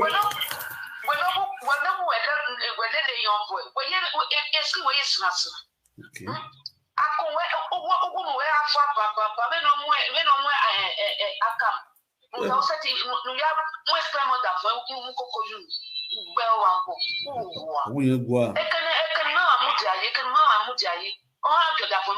Exactly.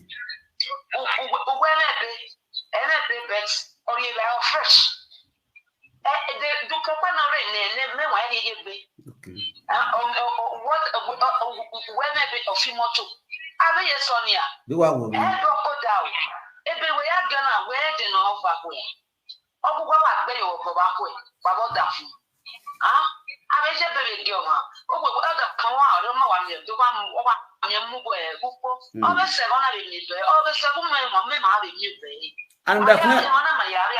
And me mas odafinye be Germany, odafinye me be Germany, be Spain me. E mama don. Okay. You know, you look at me.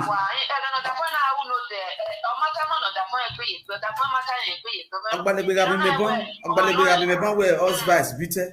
You know, but be anyway. Passport, document, Osvice. If your boy yakbo, if your Osvice, if you know quality. Oh, all got that for oh, no woman. Uno mo sokire man. Uno mo so da kokire man. Ozuo. Right, no do call you phone we are no social media. Open no responsible, no respecting of that for me. Then we other phone just suppose not call you. No that other phone any writing now see you may write not that phone. Also not call you. It's a very useless woman. You know it was irrigation. When injection in time when you come here injection in my be my own yari. No me. Kire wali. Mukate boss for that packet. Just we are in a better with Pichi la lao. Is it maniki? You only hear salo. Yeah, you Jenny. Lao. Okay. Let's see. All right.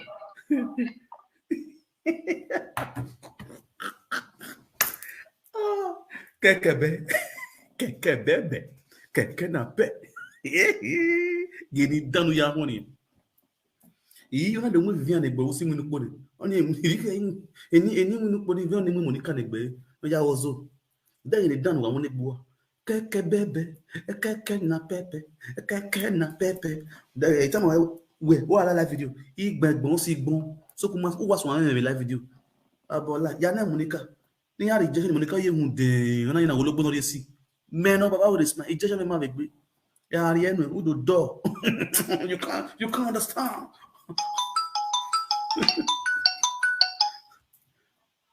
Hello.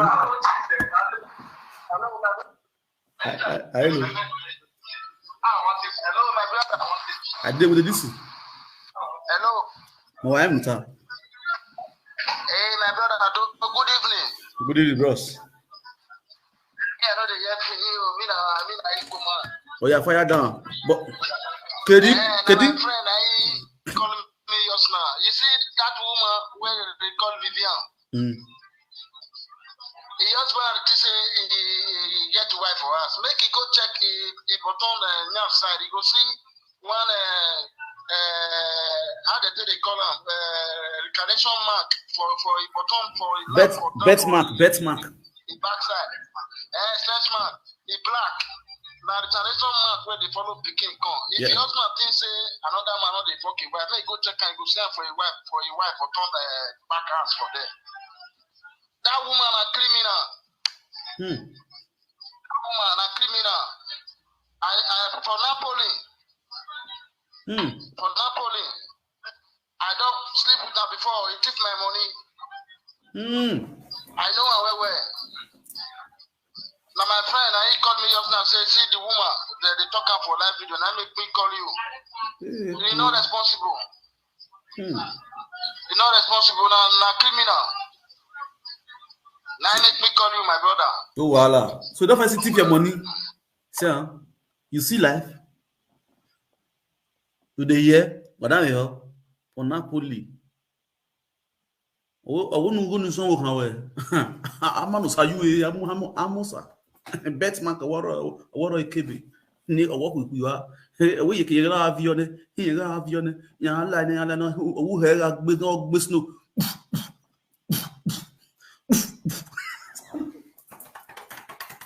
Acabama, o louco cheguei, o namoro mega, igual a avenue, o sacosa mapa Joshua, GPC, e que amagualo, GPC, e que amagualo, GPC, e que no concon, e Quebec megualo. Oh boy, Quebec ne go make me one saga when I let's go there. We need to. You know, music. You need music. Kebe, Vivi love. Kamoda for no keep page no. Monster. No I ask no saga. Let the saga roll. What you go well my wonu? Oh yeah, kamoda for no keep page no. No, I be agano. Obele go some money. 10 euro. No, 50 euros. Amore piano. Amore piano. Vivi piano. Amore piano. Amore. Oh, amore mio. Desire. Piano. Desire. Get those of you. Desire you. Piano. Ayo abo mu ju awo. Abo lawe gbina. Uma yiti no wo awe no wo na yo wa. Edi amune wa oda fun wa ladi. O mana la oda fun mo ge ogun oda no mu yu ko mana hone o mana on page video ge ladi na mo geti baba lawe bi. Mo wa ready. Oda fun yi mu na. Oda fun we vi mo yesku. Me mo ni vi yesku. Mo understand? We are ready mu na. Oda fun we have mo yesku. Oga yan criminal. We criminal na o we criminal ne. Oda fun me criminal ne. We no da fun ajebo. We criminal ne. One. Mo ebori mo yan gbe a we Vivian wo gbe a ajebo na ho 1 yes mejo waya ajebo de waya ni me yama sajebo me mo yes school oye bo ina one hello what up o Gbodi ari ma wo iwe na mi gbodi a oh gbodi si iwe amu gbodi are gbodi ma de bale tv na ma gba kan amu gbodi are kan ore ya wala ciao I think you get the one. Budian is very important. It's very important. Oh yeah, let's go there. Let's play music for Usaka Oria Peking. Omoneri Ogonije. Oh, or that work with you where you nyako. That phone you are ye nyako.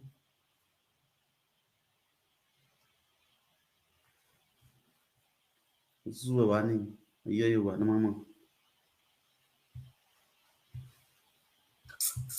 What do you track on, man? What do you track in the area? What do you track? No, my normal tracking. My normal tracking because we must not change the tracking now. Oh yeah, let's go there. See that.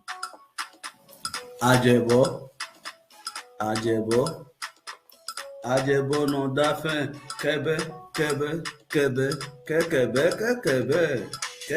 no kekebe na mugadie webu yowigo yowigbiaga yari ye yuseri urira yuseri kekebe no ugise webu una lotolu ugwaligo gwalole rangwaloliwi una ya betu flat everybody ne uwagbofone umarize yegbe umarize yiye umarize yerae una ruhelao kayuwi wonikya igonu riri kwan ikya uwe yaga wenaga yuhe kekya unaga yuhe kekya urize gadega ebona di motonu awi di motonu benu ho ase ebona di motonu wera fi motoni orize fie ọma mu yọwọ aewukwu nọ ọkpianu bie na narị ewukwu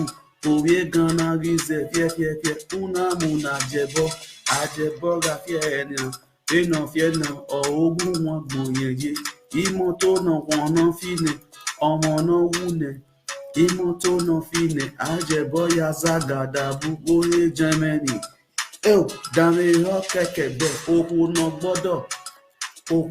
gbọ́dọ̀ ọdọọnú bíẹnà unagbe yìí orí ajẹbọ dàmẹrọrẹ okòrò gbọ́dọ̀ ọmú yorùbá okòrò gbọ́dọ̀ ìmàtíẹrì rẹdó dúnàgẹlẹra orí ẹsẹsẹsẹ okòrò gbọ́dọ̀ okòrò àrí yorùbá okòrò gbọ́dọ̀ ìmàtíẹrì okòrò dẹgbẹ ẹrúgbẹmú yorùbá ajebo wenaje munu ya tawu won wa oko ehunu tu gbegbon si gbon ya sedu fome uwo kan mewere yoto benu weje na oko nubu che oko enonu wega izegbegbe uwo kan mewere yoto ajebo gbegbon si gbon ìwénu gbẹ́gbọ́n sí gbọ́n ìwénu gbẹ́gbọ́n sí gbọ́n ọmọ gbẹ́gbọ́n sí gbọ́n ìwénu gbẹ́gbọ́n sí.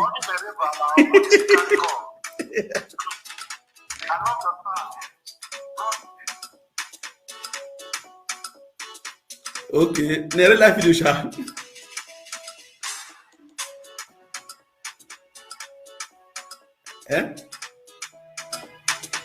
Yeah.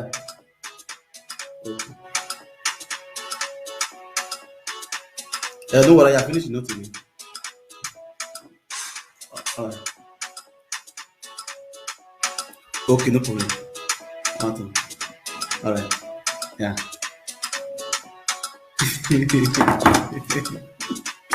Oh God, a guy needs to flow with you, then. Or what you know, from flow. Oh boy.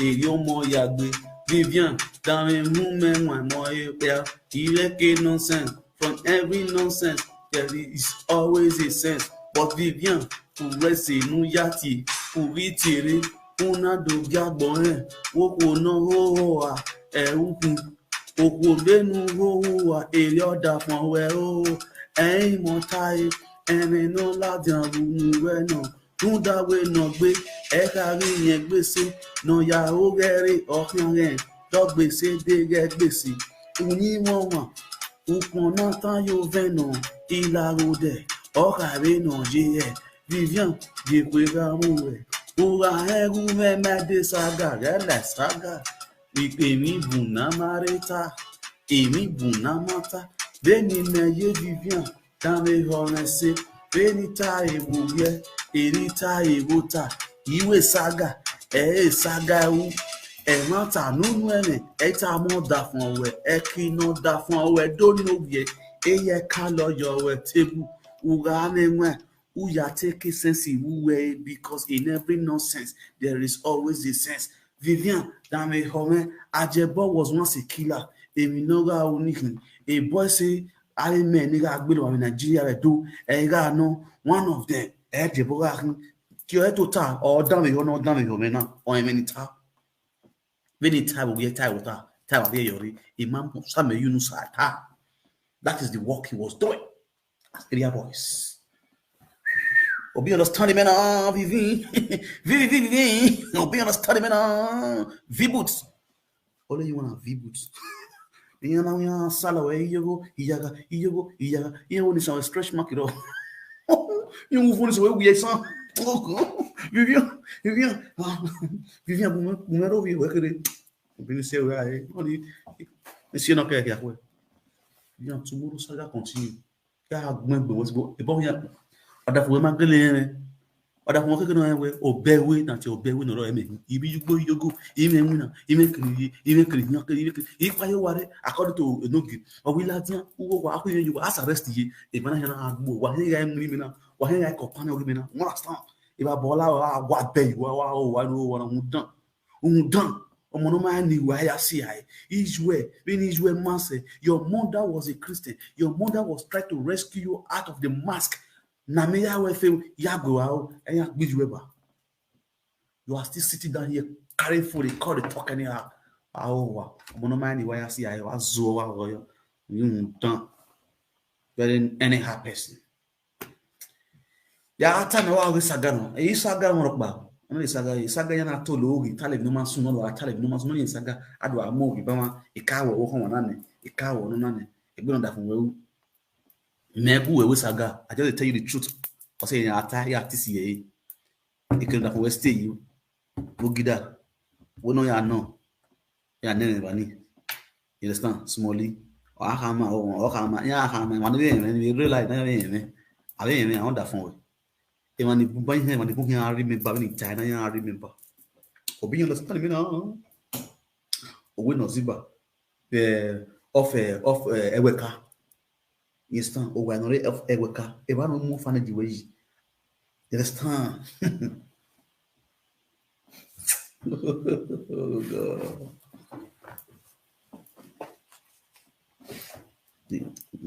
Ya we wage or make it noise social media watian ku wati iwage because well I mean man rewe in my head unless man be rugida uwelu ego man ru welu we rugida ego or one way man as na man we lady the we bojina na eni ya man ki ye kori won rewe ya ma we na ya ma we so wa enya re wo magun you understand man ni we so wa or mono wa we so wa or tama we na or tamawe ikale nyawe otun no di drunker no onwan le street kan itoria imatori na e drunker idogo otun no jomi no we see me eno ziba mare yiwa otun no ko we see that's the only girl you me eno ziba re yiwa iwie e gbe faniju family no ziba na ya ibu wede o na joking we na kinya e were Nigeria na it's Nigeria where you where me young. And normally you well because you know yourself, you know how you did. Or say we are you know where they stay, the way they cap before. While they work out here, we know Zimbabwe. We are European in Nigeria, work out here, all we know Zimbabwe. We know the story. I went one hour when I walk in, I follow up with normal level, nothing this up, more you see Davis on one side. Although as well, we live video that from me, you be big boy, you be big fish. I big fish, you know, Taliban. If be again Taliban, a big fish. There a big fish, you was one where big fish with the back pot. You don't see your life. You form big boy for people for social media. See your big fish, neck on the back for pot now. As low as me can be, as me can small reach now. And your big fish now, I mean they play for grand. So I don't carry your big fish, I don't hold up for tail and the dragon for say pot. Is it not a shame for you? Is it not a shame for you? All the pride, all the egos where you raise at the end, you and your so-called big fish. Now they drag. See how they drag now. This phone now is important past you and your big fish. See your life. It's all over you before you go nowhere. Don't let me talk to you, my brother. If I talk to you, you will go hang yourself. But I know you too well. And people will hold you responsible for many things we don't do for Benin before you call Europe. I greet you, bros. What? Abu Bevan, Avocala, West. Oye, I say, in a make the Guanu Ubijana, when you're no, I have you born when you're taking no, you have your Wavati in Wayagbe. Well, Vivian, whether them we are Ladia, if we are yo. Get by a donkey. Get me all the eye. No, I'm rubbish. I want to get secret €1.50. Also, war.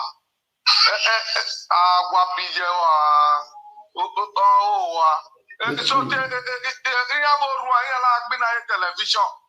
Television is your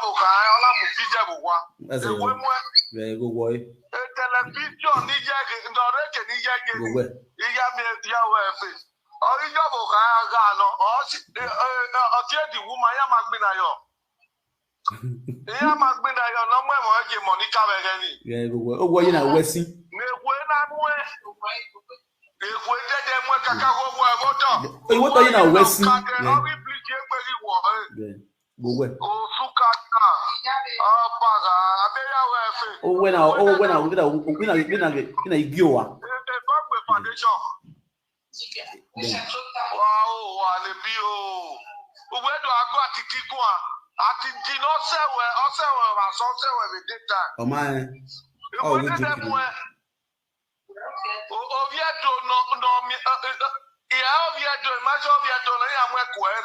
now we are doing. Oh, God, I am Ogida. I got the man for it. Ogida, Desamero. I'll buy one. Obanosa. Yaladia will to go. Oh, I baraki. I got the Malaya Same. Who a bow here on a Canametabu. Yes, no. So my movie and the dawn, dear one, that be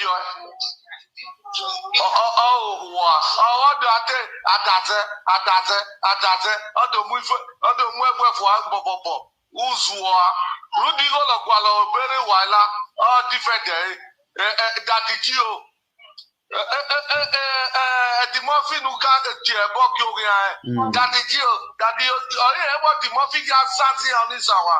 Oh, yeah, that the Geo.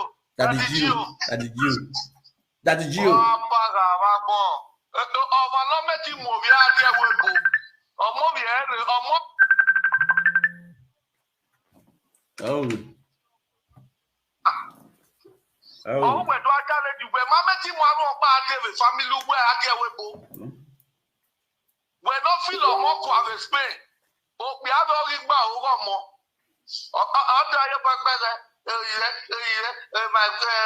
My children, wow, where are their children? I do where my woman, where my beer, or my corner. We are not beer, top Ogba Ogomo. It can allow me to be when when I get been la dialo do is not here. No one other we are Vivian Uzua, we're not order for money. Oh, Salopa of your matter you are. What you are?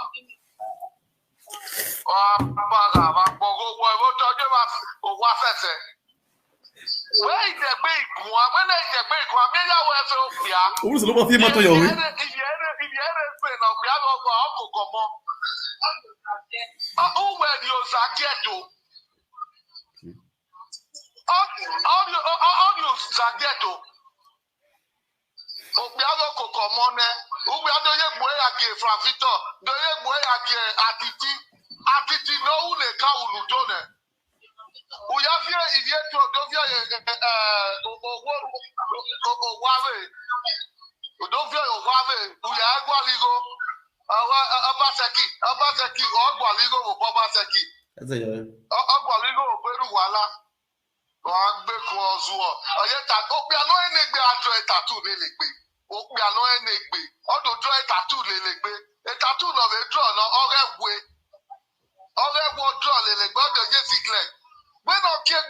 Vito Kiegbe, Natiki Kiegbe Nage. That's it. They look for Halley me of Raya, a junkie. Wapaga, Wagbo.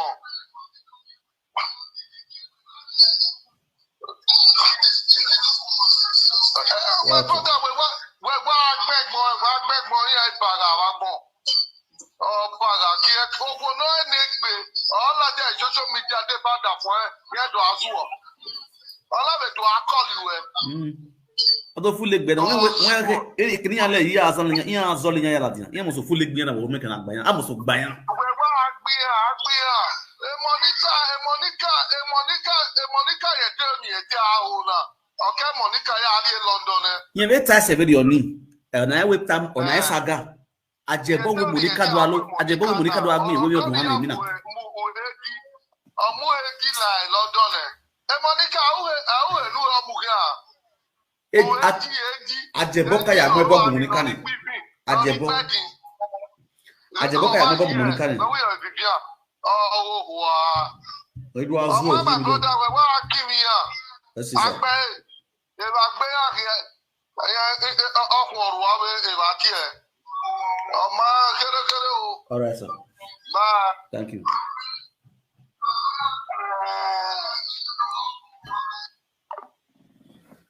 Yes, so my people, I agree so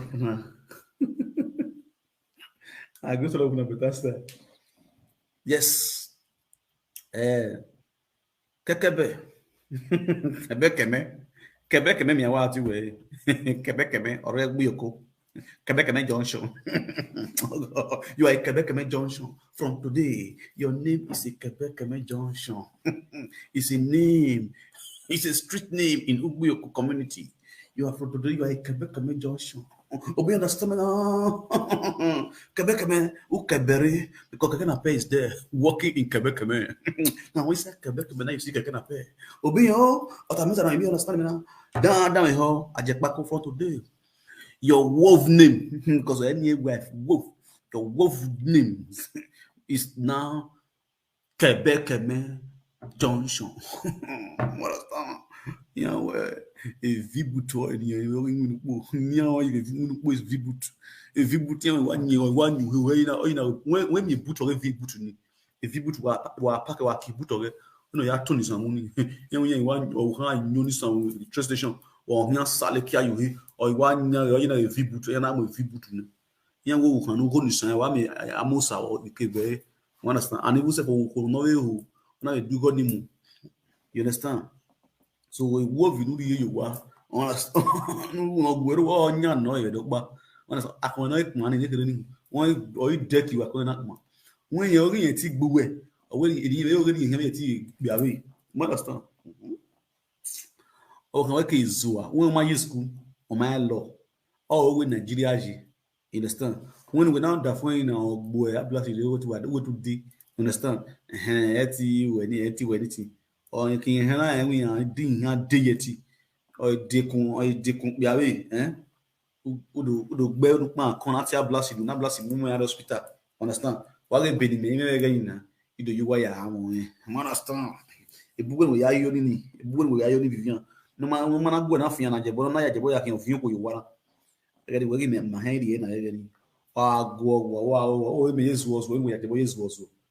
We may use was when Ajebo was when Ajebo no one moving Ajebo na lebe. No, the boy Vibi no you were born move Ajebo, Wabu, Ajebo, when Ajebo, Jebo of you, Ajebo, my body. When I'm going in Yang Yebi, I do a draw every then living me yaki, a marking me move Babali Lubo. My hour you go dread at making an arrow, you go up Babali Lubo. I pick a suya, may little with me have you bomeri. No yaki qua, you do a dread at me being Muslim, so I will. Arabo can any Maro can get move.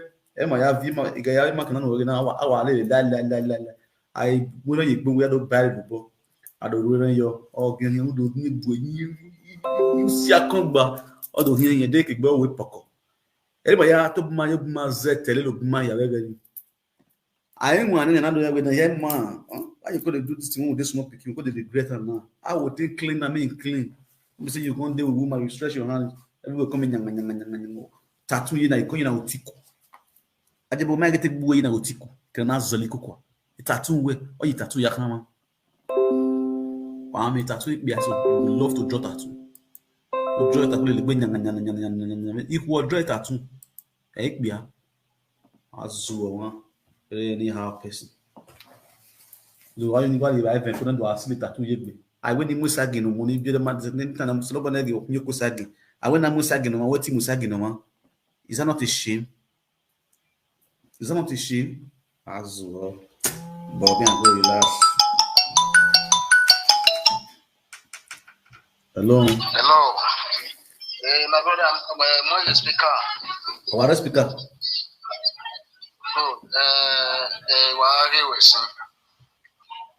One me where no course I know this smoke when I at here. I money see Nana me where money be anima. It be anima, the way Punaya give you Punoya. Exactly. Week, whipple. Or do you where you wear a beer period? Or if you wear like plain to move well like we boy very pain when I have me where on book already on you they are pardon and kicking more. Yes. Who do I made it go to your time will be out here, will be out. Myself, or my cannot take by be that idiot. You said the reason why I'm here where equal, women of very big, we're not very big. I'm making a midday, but. Meta wage me na ya me the media the useless. It's not what to call a man. Oku to do take the way for one. Another me boy where money when not to say Oku no set TV at end morning. Another cannot came out to move the African Nigeria when you say to move like we po. Una is a tip picture to Pony. Ono gi no no ya tekun ne bi akanoma mani no do you pay roko e the media no disgrace who. So I'm so disappointed in that guy at all. I'm so disappointed in him. Only man say no I take be obi ane only my so bia. I can believe where you know na you where we are like now. E o ma mu we like e do mu we like we. Let's me no do me flat let me go go. You know ya awisi kan ko ni. Atiti why na? Atiti gidi yo bona ya yemu gbo na pay ni madam. Where you go no ko ya gbegbe ya bia no ko na iwu eku o we ya sagatabu. You are not a man. If you are willing to be a man, go and work for yourself. Go and work for yourself. Exactly. Before you can call yourself a man. Oh, who? Why you say you know the idea be made the idea what you know or shocking the big. And now so be animal marriage to the man. None of the mere way you who think more money be available. But I'm here where it cannot mean money, when I give me no man, but no money can money equal group at Moyaku. Yes. Because of those useless people that call themselves men. Oh, wait to move away. I want to make you wait away to live to young women, we will in Nigeria to lie with you. They go over your name, but on the head, you say. But because there's a woman who you do, I want to have a live video. When you are a man, you are not a man, my brother. Why a video now? You are so disgusting. So you know, my brother, I'm just still watching you, but I'm so. Yeah, what I tell me, man, I'm out there anyway. Why? Because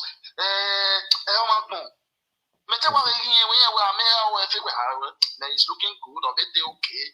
But man, you are responsible.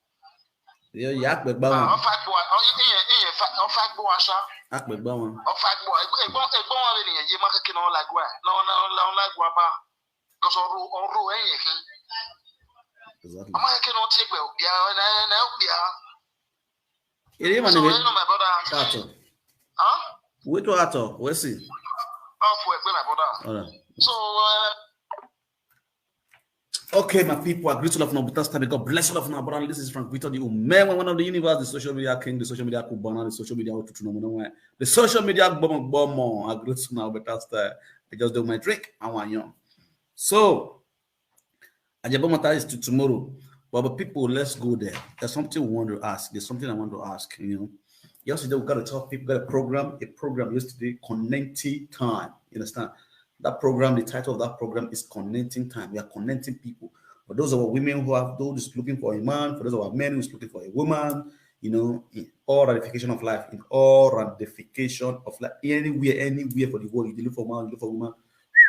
When we start the program, you call in, you tell us, okay, I'm a social person, and they do for social person. This is me, they do for social person, and they do for social person. That's the program. And not just only hook up time, you understand? Because why? Some of our women did this Europe. They don't really know how to, stay husband house. They don't really know how to, take care of man. Some men, they don't know how to take care of woman. They don't even know how to give woman